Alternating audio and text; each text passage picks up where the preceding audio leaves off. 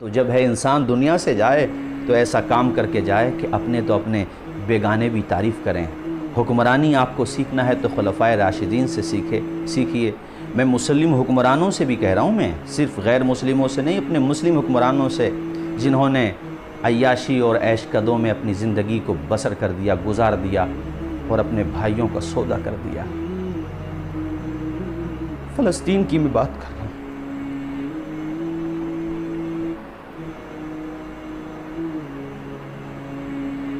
ایک دفعہ بھی یہ نہیں سوچا کہ ان کی جگہ اگر آپ کے بال بچے ہوں تو آپ پر کیا گزرے گی، کیا بیتے گی۔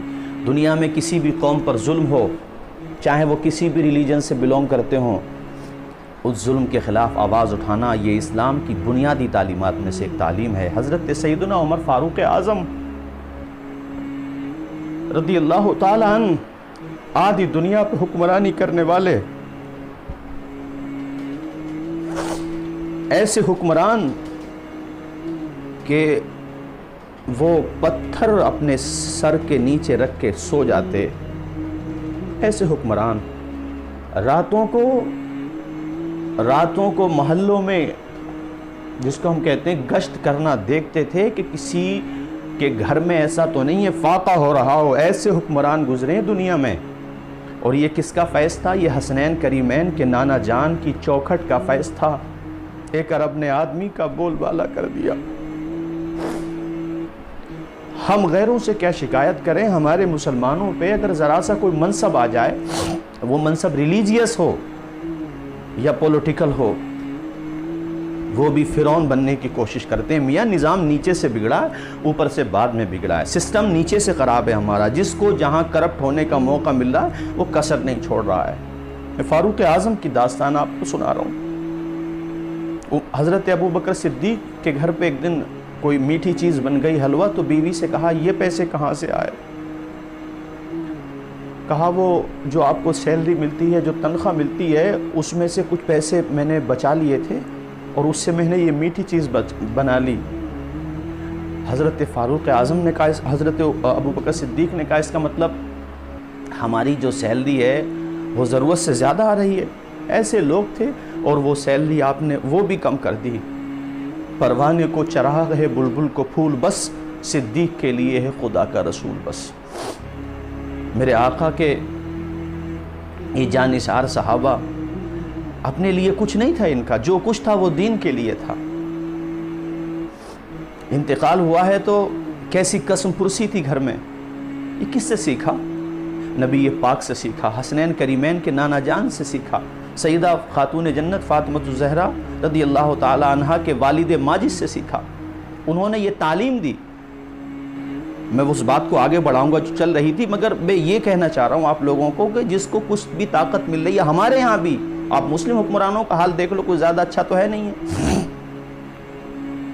حضرت عمر فاروق اعظم رضی اللہ تعالیٰ عنہ فرماتے ہیں کہ میری سلطنت میں 22 لاکھ یا 22.5 لاکھ مربع میل پر حکمرانی کرنے والا وہ چٹائی پہ بیٹھ کر،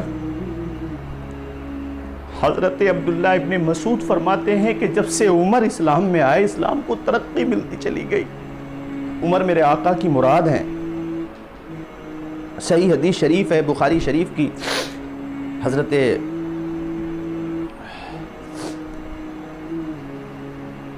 عمر فاروق اعظم کا جنازہ رکھا ہوا ہے۔ حضرت شیر خدا مولا علی رضی اللہ تعالیٰ عنہ نے فرمایا کہ میں نے بارہا رسول پاک سے سنا، رسول پاک کہتے تھے میں نے یہ کام کیا، ابو بکر اور عمر نے بھی۔ میں وہاں گیا اور ابو بکر اور عمر، جبکہ ابو بکر اور عمر ساتھ نہیں ہوتے تھے، اس کے باوجود رسول پاک دونوں کا نام اپنے ساتھ لیا کرتے تھے۔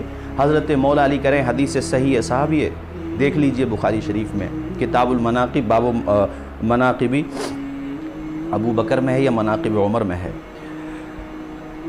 یا اللہ، دعا کر رہے ہیں حضرت مولا علی، یا اللہ تیرے محبوب نے ان کا ذکر اپنے ساتھ کیا، ان کی قبر بھی تو انہی کے ساتھ بنا دے۔ اللہ تعالیٰ نے مولا علی شیر خدا کی دعا کو قبول فرمایا، اور حضرت عمر فاروق اعظم رضی اللہ تعالیٰ عنہ کی قبر رسول پاک کے قریب ہی میں ہے، یعنی متصل حضرت ابو بکر ہے اور پھر حضرت عمر فاروق اعظم۔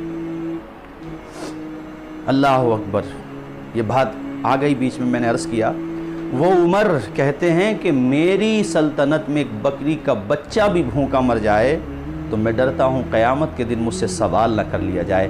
ایسے تھے حکمران۔ آج تو کوئی چیئرمین بن جائے تو اپنے محلوں یا اپنے ووٹ ورکر میں ہی کام کرائے گا، دوسری جگہ نہیں کرائے گا۔ قیامت کے دن سوال ہوگا۔